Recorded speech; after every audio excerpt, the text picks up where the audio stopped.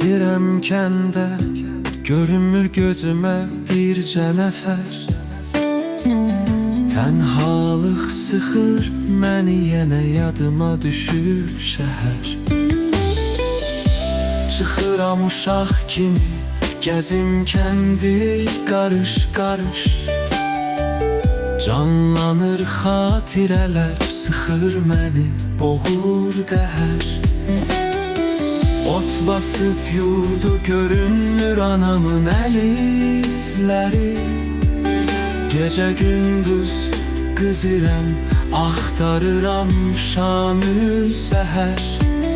Yaz gələndə güllənir, çiçəkləyir hər bir ağac. Bağ bilir yoxdur çəkən, nazın üçün vermir bəhər.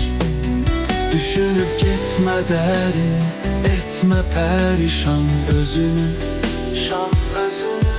Dözümlü olmalısan, döz kəramət, döz bir təhər. Düşünüb getmə dərin, etmə pərişan özünü.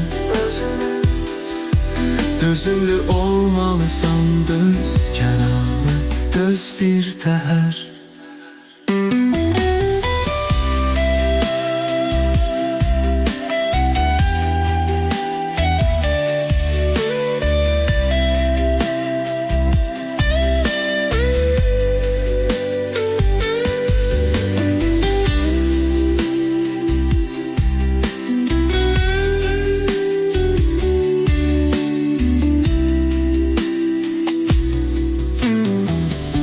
Gedirəm kəndə, görünmür gözümə bircə nəfər.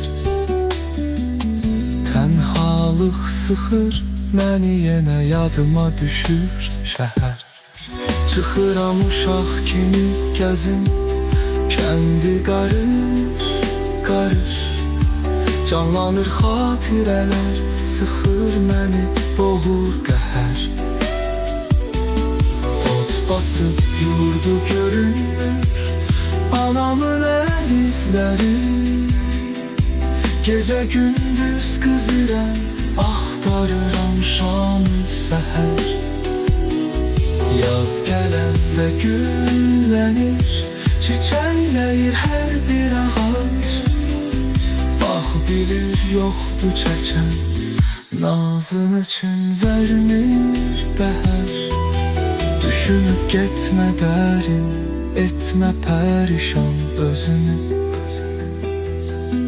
Dözümlü olmalısan, döz kəramət, döz bir təhər. Düşünüb getmə dərin, etmə pərişan özünü. Dözümlü olmalısan, döz kəramət, döz bir təhər, döz bir təhər.